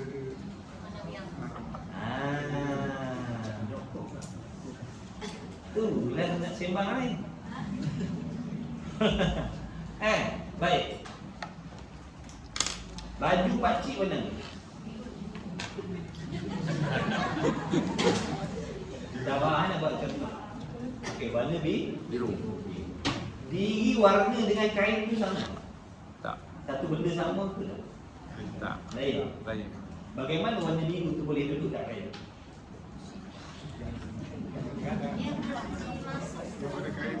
Sebab ada kain. Ada color. Macam mana biru benda lain, kain benda lain. Macam mana boleh duduk biru tu pada kain? Ada color. Sebab ada color. Color tu biru lah. Macam mana boleh ada biru tu pada kain? Apa yang membolehkan biru tu duduk pada kain?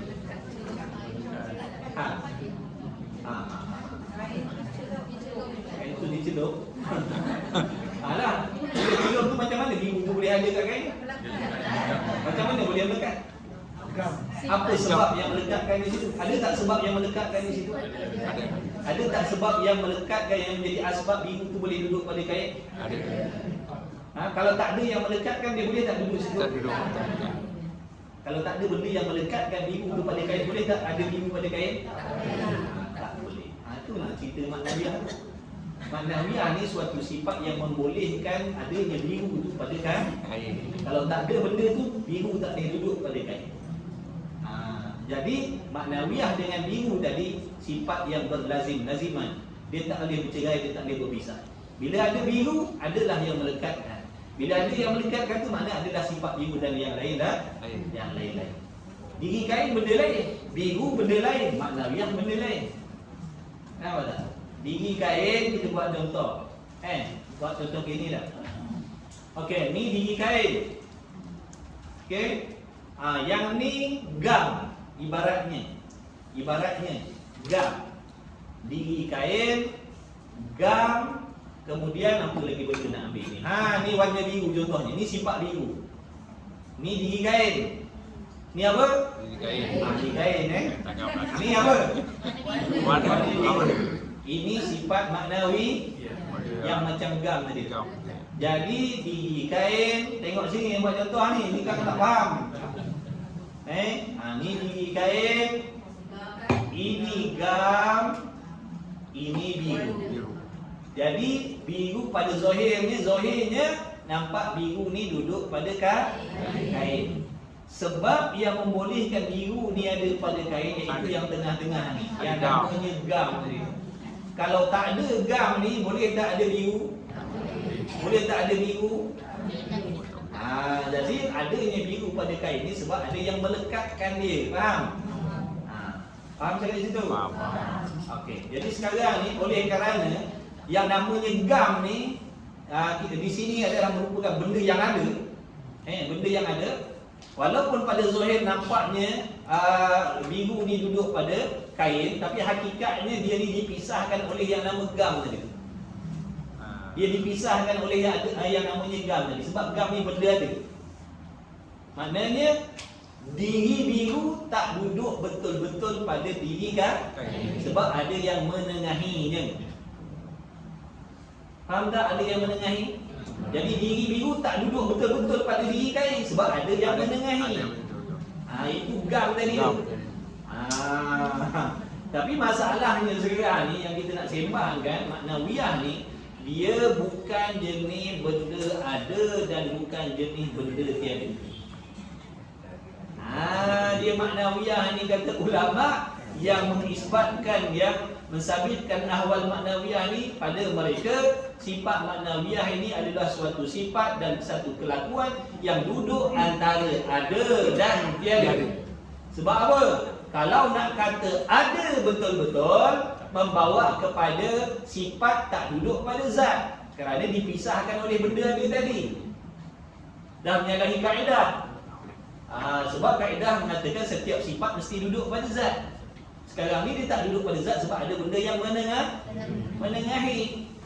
Sebab tu pada mereka mengatakan sifat maknawiyah ni bukan benda ada, bukan sifat yang jenis ada.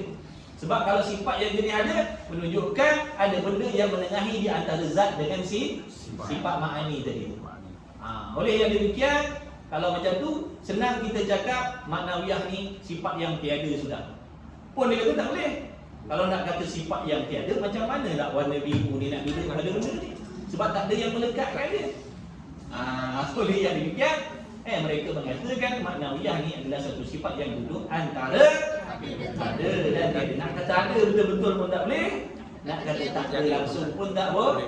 Dia kata menengahi antara ada dan tiada. Kita pakai ahwal ke Ustaz? Itulah ahwal tu mana hal lah. Ahwal tu sebab banyak panggil ahwal. Kalau satu hari sekarang orang perempuan kita panggil ahwal lah sebab dia banyak hal orang perempuan.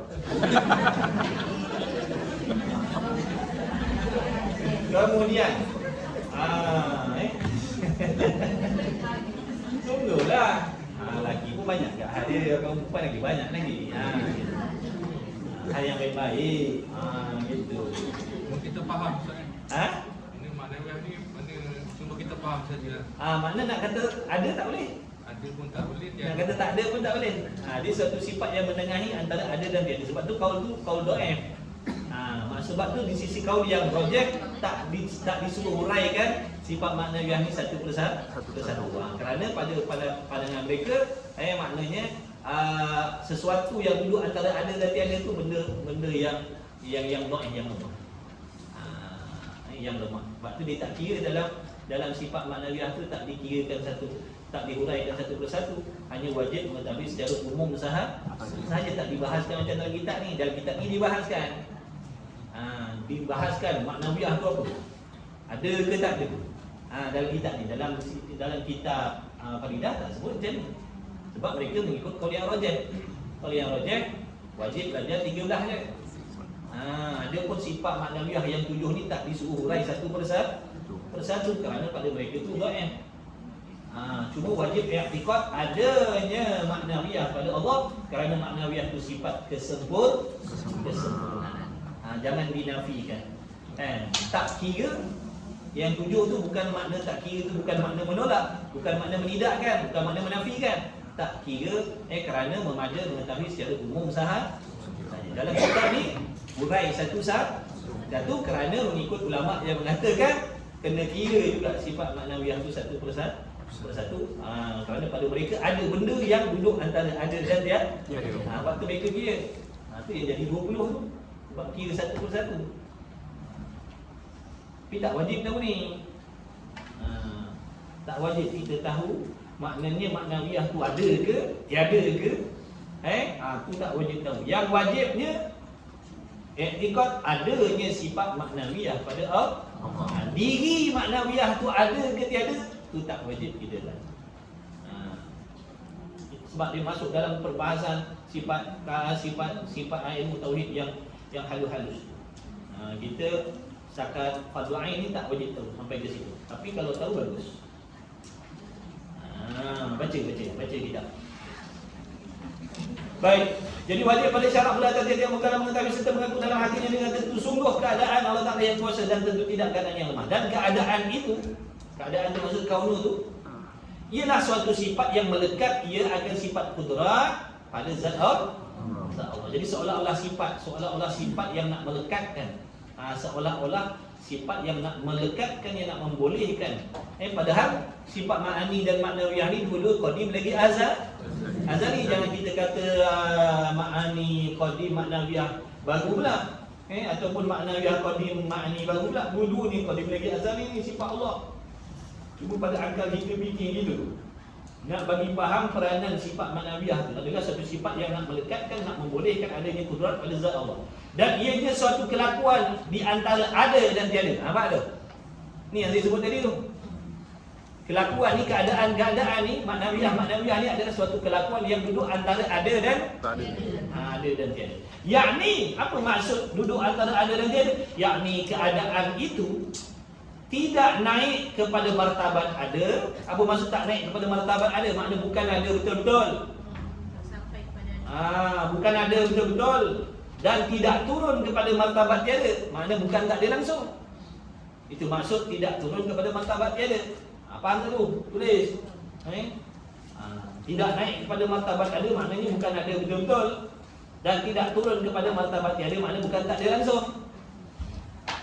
Inilah yang dikatakan sifat maknawiyah. Itulah sifat maknawiyah. Satu sifat yang duduk antara ada dan tiada, yang mana peranannya apa? Nak membolehkan adanya ma'ani pada zat Allah. Kalau di sini nak membolehkan adanya kudrat pada zat Allah. Kalau tak ada ma'ani, kalau tak ada maknawiyah ni membawa kepada Allah tak ada sifat maknanya lemah Tuhan. Sebab tu jangan dinafikan sifat maknawiyah ni. Kalau menafikan, kalau menolak sifat maknawiyah ni membawa kepada Tuhan tak ada kudrat, tak ada iradat, tak ada ilmu, tak ada hayat, tak ada samad, tak ada basar, tak ada kalam. Sebab sifat maknawiyah ni sifat yang melazimi, yang berlazim-laziman dengan sifat ma'ani. Dia tak boleh berpisah, tak boleh bercerai. Jadi sifat maknawiyah adalah suatu sifat yang menengahi antara ada dan tiada. Apa peranan dia? Nak membolehkan adanya sifat kudrat pada zat Allah. Kalau dia tak ada, membawa kepada tak ada kudrat. Tak ada kudrat menunjukkan Tuhan lemah. Bila Tuhan lemah, ada tak alam? Jadi tak adalah alam. Jadi adanya alam ni menunjukkan Tuhan bersifat dengan kuasa, dan adanya alam ni juga menjadi dalil Allah Ta'ala itu memiliki sifat maknawi. Adanya alam ni menjadi dalil Allah bersifat dengan ma'ani, iaitu kudrat. Adanya alam ini juga menjadi dalil Allah Ta'ala itu bersifat dengan maknawiyah. Sebab kalau tak ada maknawiyah, tak ada kudrat. Bila tak ada kudrat, tak ada alam. Macam mana Allah nak buat alam kalau tak ada kudrat? Maka iaitu sekarang ni ada pun qadirun. Berarti elok perkataan itu bukan kudrah. Qadir. Kudrah lain, qadir lain. Kudrat sifat. Qadir. Qadir, apa maksud qadir? Apa maksud qadirun?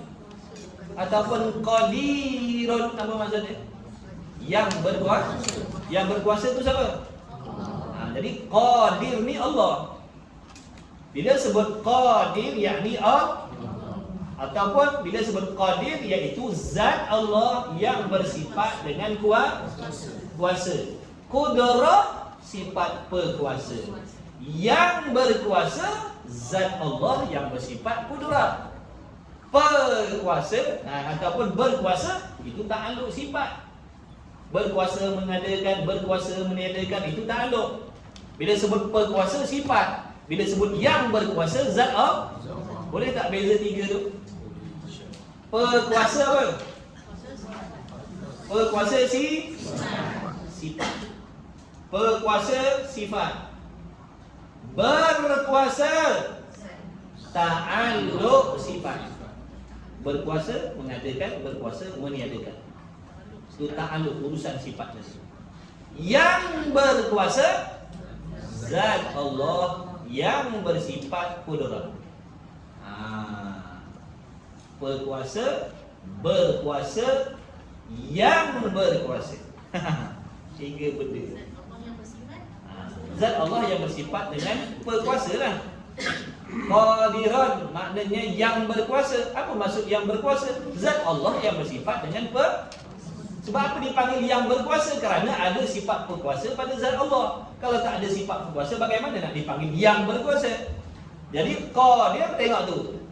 Dia kata ada pun qadir, maka iaitu bukan sifat. Qadir bukan sifat. Qadir bukan sifat.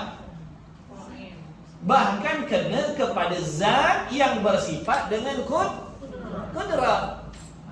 Bila sebut qadir, makna Melayunya yang berkuasa. Yang berkuasa bukan sifat. Yang berkuasa zat. Zat Allah tu dipanggil qadir. Yang biru kain, biru sifat. Ambil yang biru, nak suruh ambil biru ke kain? Ambil yang biru, maknanya suruh ambil kain dah tu, bukan suruh ambil sifat biru. Sebab bila sebut yang biru, diri kain yang bersifat biru. Biru sifat. Kuasa sifat. Yang berkuasa zat Allah yang bersifat dengan kuasa. Jadi qadir bukan sifat, bahkan qadir zat. Yang berkuasa, yang mendengar, yang melihat itu semua zat. Sifat dia pelihat, pendengar. Beginilah huraian sifat-sifat maknawiyah yang lagi akan datang. Mana yang 6 lagi tu, yang 6 lagi. Macam itulah juga huraian dia. Sama. Maksud kalau faham sini, fahamlah yang 6 lain. Kalau faham yang sini, fahamlah yang 6 lagi akan datang. Cuma perbezaannya sekali lagi pada maknawiyah, pada qudrat. Dipanggil kaunuhu qadiran. Nanti pada iradat pula kaunuhu muridan. Adalah Allah Ta'ala tu yang menghendaki. Sama juga yang nak dibahaskan maknawiyah tu, bukan nak dibahaskan iradat. Iradat dah bahas dulu. Iradat dah bahas dalam sifat makni dulu. Sekarang bukan nak bahas iradat dah. Habis cerita iradat dah. Nak bahaskan kaunuhu tu, keadaan Allah yang menghendaki. Jadi yang nak dibahaskan keadaan tu. Sama lah juga. Seperti mana sini tadi bila kita faham sifat maknawiyah yang dimaksudkan adalah kaunu, artinya keadaan. Jadi diri keadaan tu adalah sifat. Keadaan tu adalah suatu sifat. Bukan zat, sifat. Keadaan tu sifat. Kemudian sifat yang jenis macam mana? Ada ke tiada?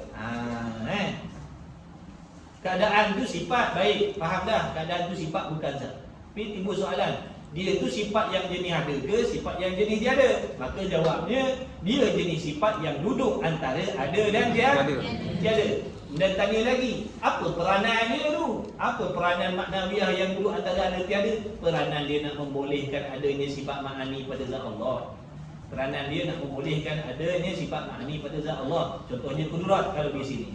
Kalau nanti dalam bab iradat, mana suatu sifat yang duduk antara ada dan tiada, yang mana peranannya nak membolehkan adanya sifat iradat pada zat Allah. Nanti yang akan datang apa lagi? Sama basar.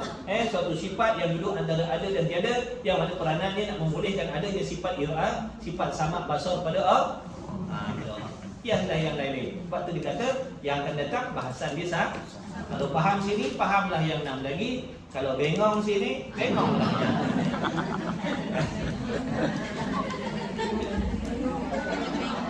yang bengong ni maknanya tak faham lah. Mana kalau kesamaran sini, kesamaran. Yang kalau faham sini, faham lah. Dia cuma nak ceritakan tadi tu tuan. Tak payah-payah. Jangan stres sangat. Relax, tenang sudah. Makna sekarang ni kita nak kena tahu sifat maknawiyah ni dalam panjang-panjang perkataan tu qauluhu ta'ala qadiran. Yang nak dibicarakan, yang dimaksudkan dengan maknawiyah ni qauluhu, perkataan qaulu dalam bahasa Arabnya, Melayunya keadaan. Keadaan tu yang kita nak sembang ni. Keadaan tu yang kita nak sembang ni, keadaan tu. Kita nak sembangkan keadaan. Jadi keadaan tu dipanggil sifat maknawiyah. Bukan nak sembang qadiran, bukan. Qadiran tu makna zat Allah. Kita bukan nak sembang tentang zat Allah, bukan nak sembang tentang kudrah. Sebab dah sudah bincang pasal kudrah. Betul? Belasan tidak kudrah? Dah belajar kudrah. Kudrah dah belajar hari tu, mula-mula sifat ma'ani tau. Allah yang kita dah sembang ni kaunu ni mata pelajaran baru kita. Dah siap awal-awal kedah saja dah bagi kuih jom jatuh dah.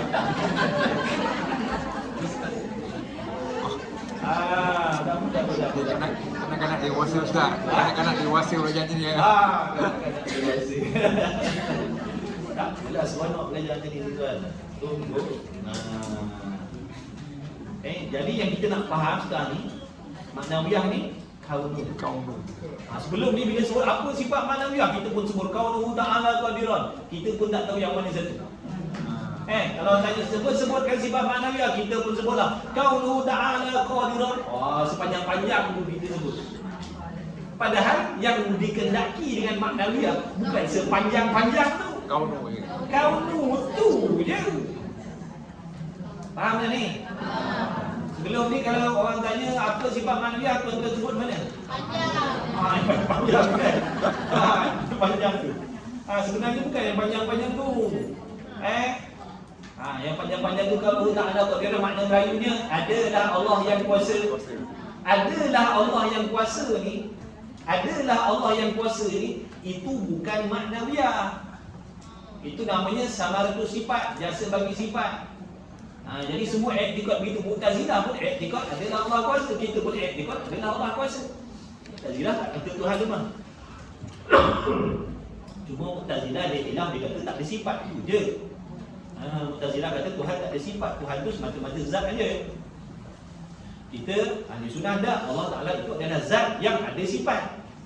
Mana sifat kudrat, ilmu ayat bahasa kalam itu adalah sifat yang ada pada Allah. Dia kata dah, Allah tak ada kudrat, Allah tak ada iradat. Tapi Allah kuasa, tapi Allah mengendaki, tapi Allah mendengar lihat, katanya Mu'tazilah.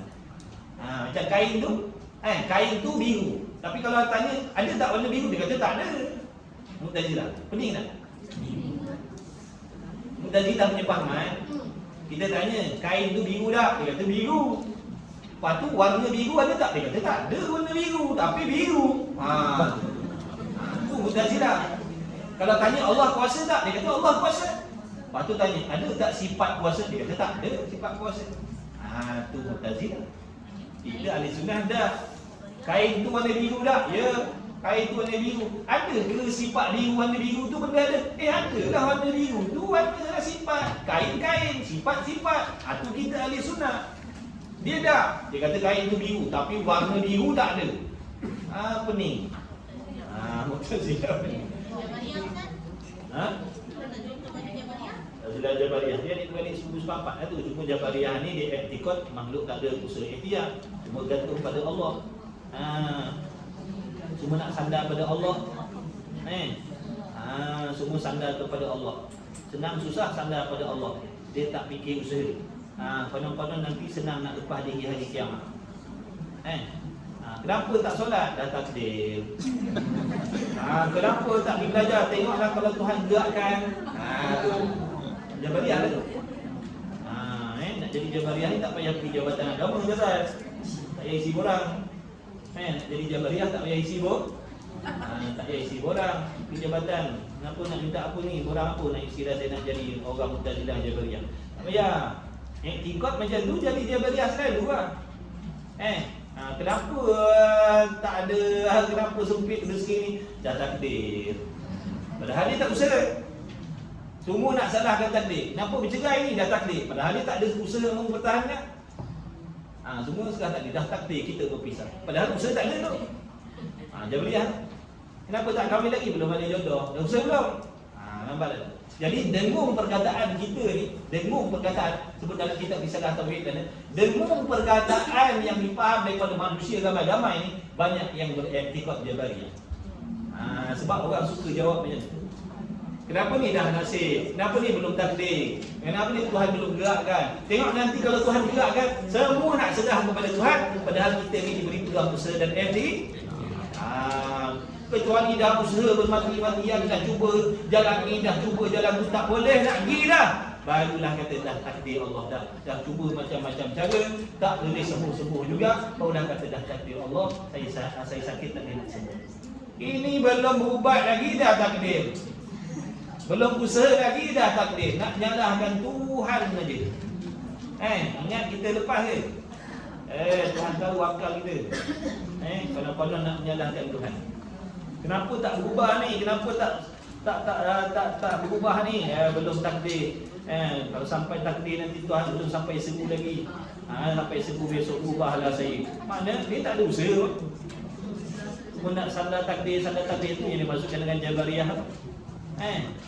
Orang yang percaya dalam hatinya tidak ada usaha ikhtiar, bahkan semata-mata apa kita ni digagahi oleh Allah Subhanahu wa Ta'ala. Semata-mata dia terus pegang hakikat macam tu.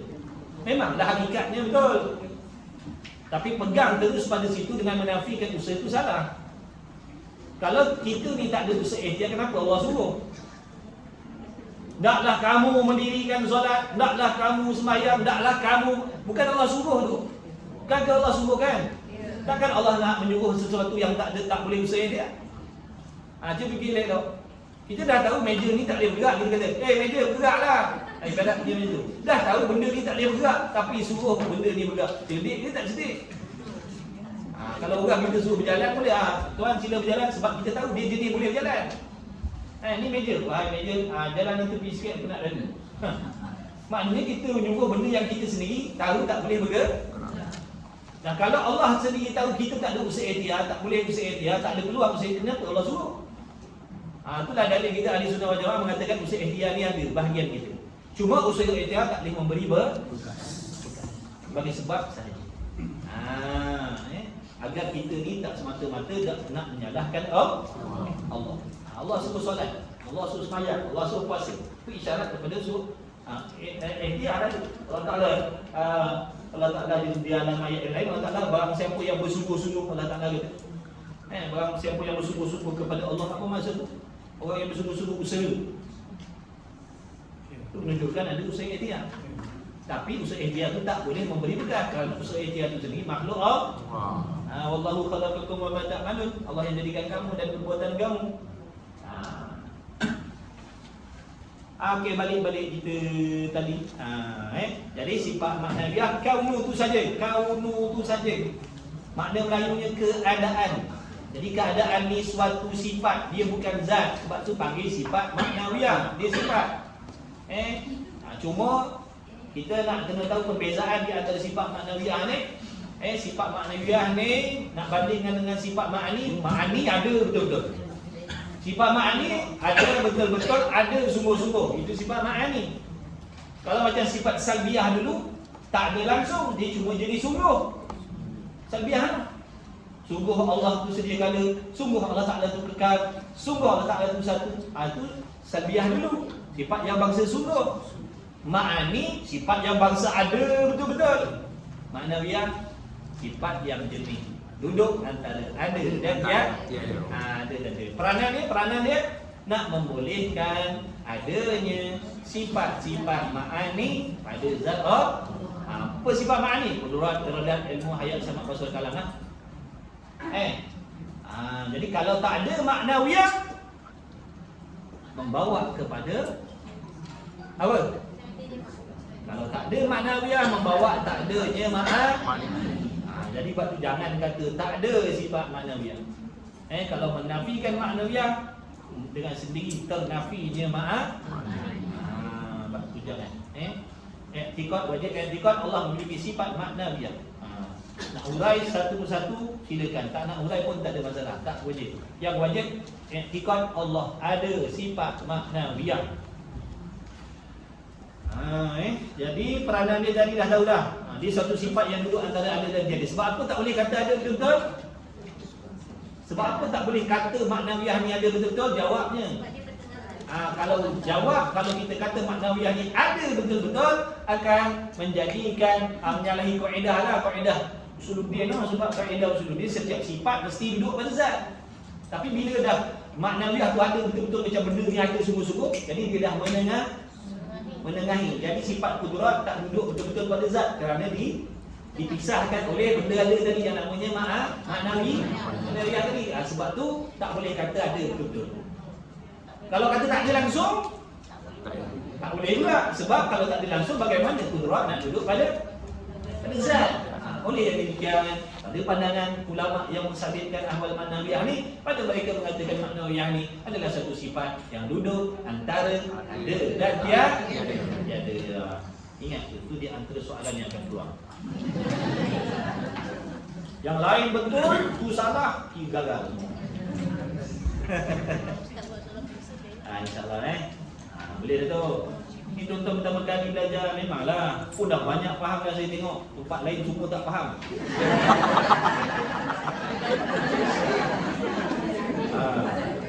Tempat lain tanya tak boleh jawab. Tanya tak boleh jawab. Ini tuan-tuan tanya boleh jawab. Tempat lain saya cakap macam ni juga. Jadi InsyaAllah sebenarnya faham dah tu. InsyaAllah sikit-sikit sabar belajar tauhid ni. Sabar banyak-banyak. Istiqamah, jangan lagi jangan tak faham. Jangan sebab tak faham, jangan lagi. Sebab ilmu ni wajib kita belajar. InsyaAllah bila dalam kita dah mengharui pelbagai jenis kepayahan, kesusahan, kesukaran dalam nak memahamkan ilmu tauhid ni, nanti bila Allah dah bukakan pintu kepahaman, kita akan rasa seronok yang tak boleh nak diceritakan. Dia punya kepuasan itu lain macam. Tak boleh cerita lah. Orang yang dah lalu dia tahu. Bila dia belajar apa pula, dia belajar benda tu susah, tapi bila dia dapat dia kata, oh subhanallah, seronok belajar. Sekarang ni rasa macam macam biasa berada belajar. Rasa tak faham dah ini dah itu biasa. Bukan luar biasa tuan-tuan.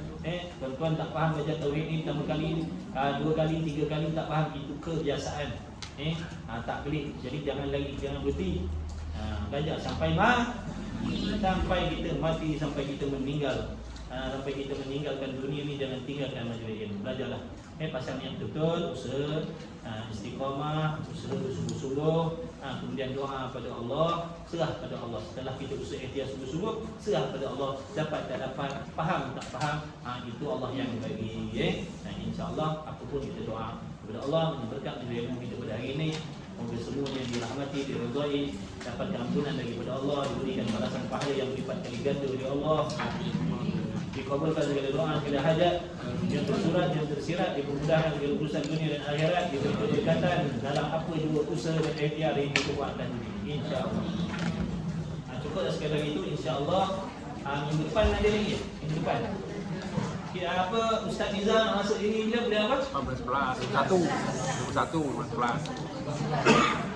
Bulan 1. Bulan 11, 21 11. Asal tak 1 bulan 11? Dia umrah. Ingat 1 bulan 11 boleh cuti awal sikit. Tak apa insya-Allah. Mudah-mudahan lagi moga semuanya sihat, afiat, dipanjangkan umur, dimurahkan. Bismillah. Maaf kalau salah silap, tak faham, tak reti, saya minta maaf. La haula wala quwwata illa billah. Bismillahirrahmanirrahim. Alhamdulillahirabbil alamin wassalatu wassalamu ala Rasulillah. اللهم ربنا انفعنا بما علمتنا ربنا علمنا الذي ينفعنا ربنا فقه اهلنا وغربات لنا في ديننا مع اهل الكفر انثى وذكر اللهم خلصنا مما انا فيه خلصا جميلا ولا حول ولا قوه الا بالله العلي العظيم وصلى الله على سيدنا محمد وعلى اله وصحبه وبارك وسلم والحمد لله رب العالمين تقبل الله منا.